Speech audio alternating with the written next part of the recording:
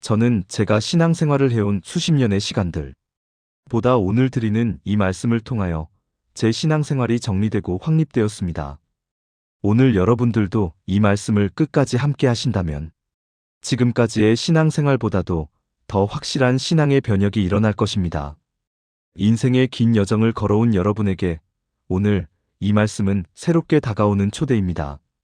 살아온 날들을 돌아보면 기쁨도 많았지만 설명하기 어려운 상처와 무게도 있었고 신앙을 오래 붙들었음에도 여전히 풀리지 않는 숙제들이 마음 어딘가에 남아있을 때가 있습니다. 그래서 오늘 우리는 예수님의 피 흘림과 피 뿌림 그리고 성령의 역사가 어떻게 여러분의 남은 인생을 다시 세워가는지 천천히 살펴보려 합니다. 지금까지는 십자가를 알아온 시간이었다면 오늘 이 시간은 십자가가 살아 움직이는 힘으로 다가오는 시간이 될 것입니다. 멀리 계신 하나님이 아니라 여러분의 마음 한가운데까지 다가오시는 하나님을 경험하게 될 것입니다. 말씀을 따라 한 걸음 나아갈 때마다 그동안 마음속에서 묶여있던 매듭들이 하나씩 풀리고 오래된 질문들이 조용히 해답을 갖게 될 것이며 신앙의 숨이 다시 깊어지는 시간이 될 것입니다. 이 메시지가 여러분 삶의 새로운 전환점이 되기를 소망하며 이제 본문으로 들어가겠습니다. 예수님의 피 흘림은 신앙의 출발점이 아니라 인생 전체를 다시 규정하는 성경의 중심 사건입니다. 많은 세월을 지나온 여러분이 지금까지 묵묵히 붙잡아온 신앙도 사실은 이 피 흘림 위에 서 있습니다. 하나님은 우리의 완벽함을 보고 구원을 주신 것이 아니라 연약함을 아셨기에 먼저 피를 흘리셨습니다. 이 은혜는 인생의 어느 지점에서도 변하지 않습니다. 히브리서는 피 흘림 없이는 사함이 없다고 말합니다. 이 말씀은 우리가 죄책감에 눌릴 때마다 마음을 일으키는 힘이 됩니다. 아무리 시간이 흘러도 아무리 실수를 반복해도 예수님이 흘리신 피는 단번에 모든 죄를 덮는 능력을 가지고 있기 때문입니다.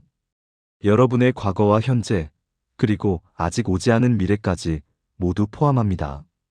그럼에도 신앙의 길을 오래 걸어왔음에도 변화되지 않는 부분이 남아있는 이유가 있습니다.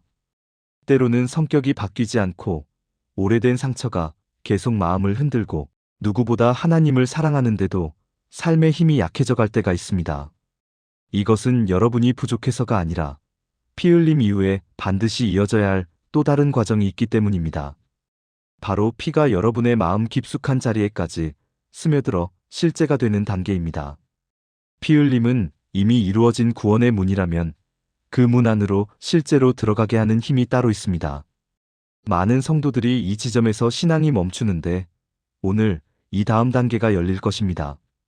이제 피가 뿌려지는 은혜, 바로 성령이 이루시는 변화의 과정을 PART에서 이어가겠습니다. 예수님의 피가 2000년 전에 흘려졌다는 사실을 믿는 것만으로는 변화가 일어나지 않습니다. 그 피가 오늘 내 가슴에 닿아야 합니다. 단순히 머리로 아는 지식이 아니라 마음의 상처와 문제의 뿌리까지 스며들어야 합니다. 이 과정을 성경은 피뿌림이라고 말하며 이 일을 담당하시는 분이 바로 성령이십니다. 십자가를 알고도 여전히 흔들리는 이유는 피가 내 마음에 실제로 뿌려지지 않았기 때문입니다. 내 안 깊은 곳의 상처와 오래된 습관, 해결되지 않은 감정의 얽힘, 반복적으로 찾아오는 죄책감은 성령께서 피를 뿌려주시기 전까지는 끊어지지 않습니다. 성령은 단순한 위로자가 아니라 우리의 마음 깊숙한 구조를 새롭게 짜시는 분입니다. 베드로의 모습을 보면 이 과정을 선명하게 알 수 있습니다. 그는 예수님을 사랑했지만 십자가의 의미를 몰랐을 때 예수님의 길을 막았습니다. 마음으로는 따르고 있었지만 하나님의 뜻이 마음 안으로 들어오지 않았기 때문입니다. 성령의 피뿌림이 없으면 좋은 의도도 하나님의 길을 가로막을 수 있습니다. 또한 제자들은 십자가 소식을 들었을 때 근심했습니다. 말씀이 들려도 마음에 힘이 되지 않는 상태입니다. 여러분도 말씀을 들어도 가슴에 박히지 않을 때가 있었을 것입니다. 성령이 피를 뿌리시면 이 근심이 사라지고 말씀이 다시 생명으로 다가옵니다. 자리 다툼을 하던 제자들의 모습도 마찬가지입니다. 하나님을 따르지만 마음 깊은 곳에서는 여전히 비교와 경쟁이 사라지지 않았습니다. 그러나 성령이 임하면 사람을 향한 시선이 아니라 하나님을 향한 시선이 중심이 됩니다.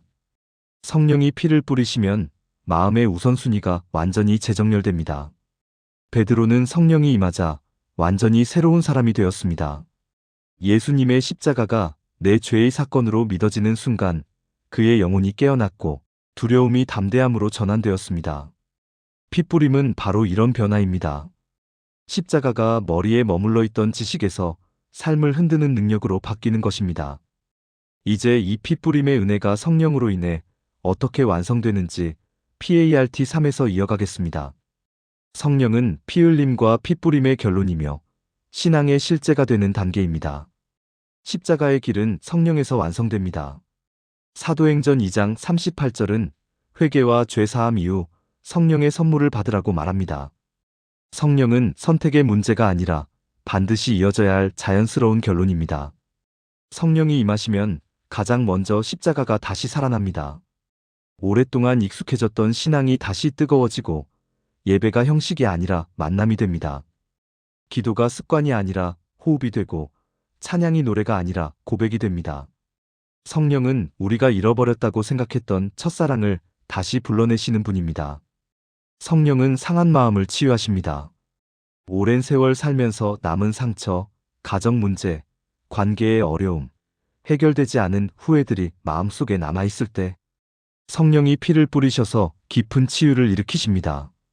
성령의 치유는 감정적인 위로를 넘어 마음의 구조 자체를 다시 세우는 능력입니다. 그리고 성령은 우리의 시선을 바꿉니다. 나이가 들어가면 자연히 과거를 많이 돌아보게 됩니다. 그러나 성령은 과거에 묶여있던 사람을 미래로 이끄십니다. 하나님은 여러분의 남은 날들을 가장 깊고 영광스러운 날로 준비하고 계십니다. 성령은 그 사실을 마음의 확신으로 심어주십니다. 성령은 신앙의 중심을 새롭게 만듭니다. 젊을 때는 열정이 중심이었다면 이제는 성령이 주시는 평안이 중심이 됩니다. 이 평안은 세상이 줄 수 없고 돈으로 살 수 없고 경험으로 얻을 수 없습니다. 이것은 하나님이 주시는 가장 깊은 선물입니다. 여러분의 나이는 성령의 역사를 제한하지 않습니다. 오히려 하나님은 성숙한 영혼에 더 깊은 은혜를 주십니다. 성령이 오시면 하나님이 누구신지, 내가 누구인지, 그리고 내 인생이 어디로 가야 하는지가 선명해집니다. 이 세 가지가 연결될 때 신앙은 다시 살아나고 삶은 간증이 됩니다. 성령은 여러분의 남은 여정 전체를 새로운 계단으로 이끄십니다. 이제 마지막 아우트로에서 오늘의 여정을 정리하겠습니다. 오늘 우리는 예수님의 피 흘림에서 시작해 핏부림을 지나 성령의 임재로 이어지는 신앙의 완전한 길을 함께 걸었습니다. 여러분의 인생이 어떤 시간들을 지나왔든지 예수님의 피는 이미 모든 죄와 상처를 덮었고 성령은 지금도 그 피를 여러분의 마음에 뿌리고 계십니다. 하나님은 여러분이 지나온 시간 때문에 여러분을 제한하시지 않으며 오히려 그 시간을 통해 더 깊은 은혜를 준비하셨습니다. 여러분의 남은 날들이 성령의 능력으로 다시 힘을 얻고 믿음이 새롭게 세워지고 마음이 평안과 확신으로 채워지기를 진심으로 축복합니다. 하나님은 여러분의 마지막 페이지를 가장 아름답게 쓰실 것입니다. 오늘 함께 해주셔서 감사합니다. 말씀이 은혜의 시간이 되셨다면 구독, 좋아요, 알림 설정 해주시기 바랍니다. 더 좋은 영상으로 보답하겠습니다. 다음 시간에 더 깊은 말씀으로 다시 찾아뵙겠습니다.